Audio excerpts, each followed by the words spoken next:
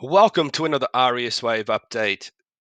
So, carrying on from yesterday's live stream on YouTube, basically, I just want to go through this pattern once again just to help you understand what's going on with this move that's just happened overnight.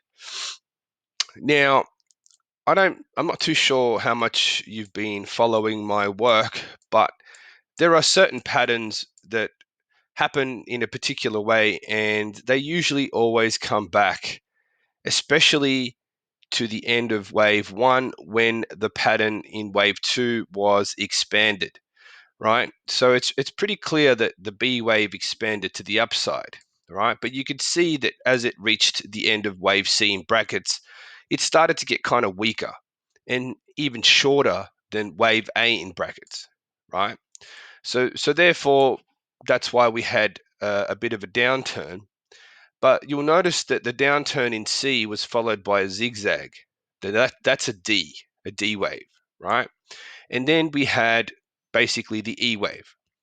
Okay, so to confirm that this wave two of wave three is complete, we will need to look at another break of another magenta line. Okay, so basically it's fractal patterns. Once again, the first magenta line was, wave two, right? Now we're in wave three, and within that wave three, we have a 1-2, okay? Now, as I've always mentioned, typically expanded corrections tend to come back to the end of wave one, right? And as you can see, it's around that area there, right? You can go slightly above it, you can go right on it, or you could go below it. There's no hard and fast rule for that. It's just a guideline, and it's something that is very unique to the AriasWave methodology. Okay, now this CDE pattern, to some it might look like a zigzag, right? Especially if you're an Elliotician and you're well versed in identifying zigzags. Well, as I explained in yesterday's live stream, that kind of thinking is pretty flawed, right? Now, let me give you an example of another CDE pattern that happened recently, right?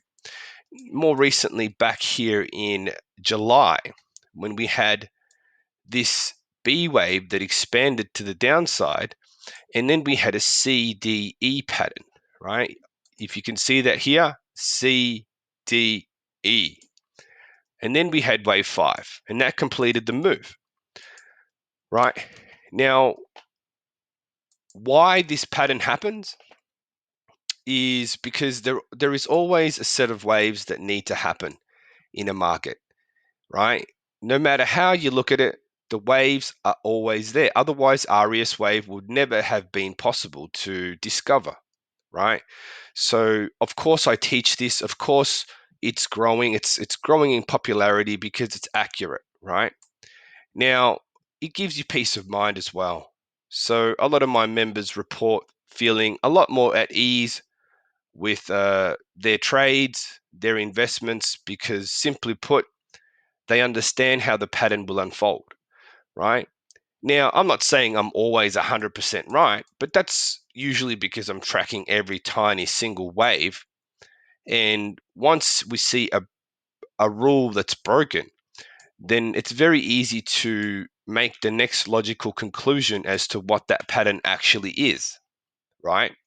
So it's not so much about being right and wrong, it's just about knowing how to, identify the pattern once you've seen a bit more evidence, displayed on the chart, right? So that's why I pull apart every single wave. I've heard some crummy ass people talk about, oh, you pull apart small waves. Why do you care about the small waves? Oh, you're wasting your time. Blah, blah, blah, blah, blah. It's like, listen, mate, you go do your own thing and I'll do mine. Okay? The reason why I go over every single small wave is to illustrate the point, especially to my members, my paid members, on exactly how the waves work and how you identify these patterns as they occur. And if for some reason you were wrong, which happens, right? No one's perfect, right? Then I give you the explanation as to why it was wrong and how to correct it, right? Using the AriasWave methodology, right? Which is on the portal, the members portal, and plus we have a secret Facebook group where we share ideas, and that's also growing too. More people are contributing and it's helping others learn quicker, right? So that's an example of a CDE pattern. They don't happen all the time, but they sure as hell do happen, right? So in my opinion, here we have the same scenario. We have a CDE pattern, right? Okay, no rule has been broken. We never saw the move go below the start of wave 1, right? Down here at the red line. No, that never happened. And I really don't think that's going to happen, because if that did happen, then we would need to really take a step back and think about what we're actually seeing here. And that in itself is just part of the process, right? But the probability of that happening at this point is relatively low, right? Because nobody can know 100% sure, right? I may say, hey, I guarantee that we're going to make a new high. Yeah, sure. If the pattern is identified correctly, then that has to happen. It absolutely has to happen, right? And I'll give you an example of this, right? See, look at the B wave here, right? You had the A wave, and then you had an A, B, C, D, E, right? Now, this had to make a new high for this pattern to be considered a complete B wave, right? It had to. And even though it was weak, it still did it, right? This happens all the time, right? Now, you may be thinking, well, hang on a minute. This is just a tiny version of the larger B wave pattern that we're currently in now. And you're right. So where would we be in that pattern? Well, we would be right here, right? We would be right here. Now, obviously, if you look closely, that did not go up in a completely straight line, did it? It went up, dipped a bit, went up, corrected a bit, went up, dipped a bit. Can you see that? Right? So for you to worry about moves like this is, simply put, you don't know the waves. Okay? But once you learn the waves in their entirety and all their variances, then you will have more knowledge on how markets work on any chart, right? Because just remember, anything that has price on it is basically driven by social mood, which is human behavior. Okay, so AriasWave can be applied to any chart, right? And I've said it before, and I'll say it again, right?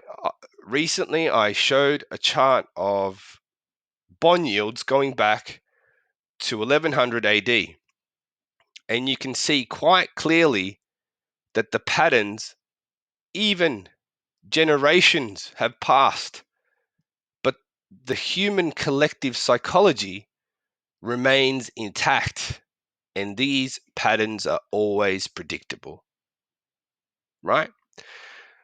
So for now, we're looking for a break of that magenta line to, confirm that the green wave 2 is done, and then we're probably going to see a very sharp move to the upside, which would be a third of a third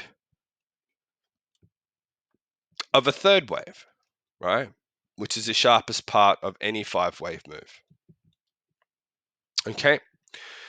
So just thought I'd give you that quick update here for anyone who's still confused on what's going on. Hopefully you found this video interesting and informative. I'll catch you on the next one.